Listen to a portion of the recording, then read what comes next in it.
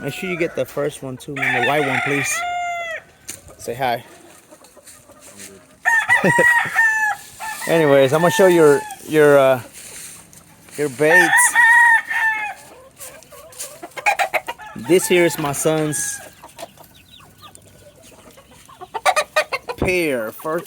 This pair, a friend of ours gave it to him. That's a frost hand. Yeah, it's a frost hand, and that's a baits. It's a baits, right, Junior? Yeah, that's a baits, Gray. I mean, just check him out though. He feeds them real good. He always waters them. Make sure I give him some food. It's a good thing to get this boy started in something like this. It's a good hobby, honestly.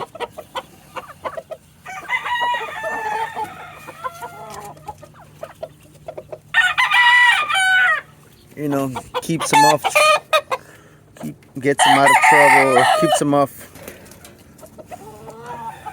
from doing anything stupid out there. But yeah, he bred him last year. He didn't have much luck. Hopefully he has a better luck this year. This on this side is what he has so far.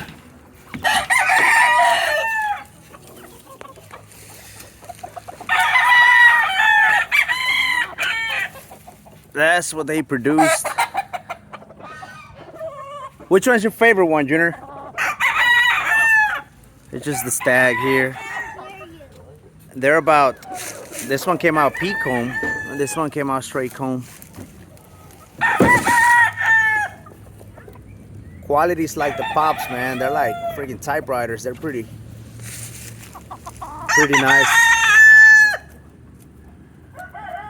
And this one's the peak comb. I like this one a lot more than that other one, but which one you like better, boy? Huh? The left one. The left one, the straight comb? Yeah. That's pretty good. We're gonna have to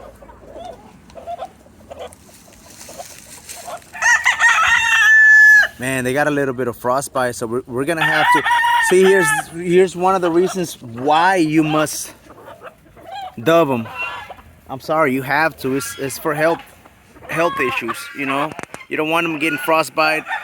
Plus, I got my radios, and they have a big old wattle and long straight comb. They can barely eat, man. You got to get them some big containers. Even so, if you do that, they still have a problem. They still have some trouble eating. So it's always a good thing. Dub your roosters.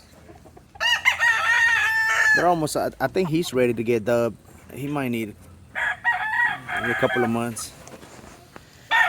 Anyways, thank you.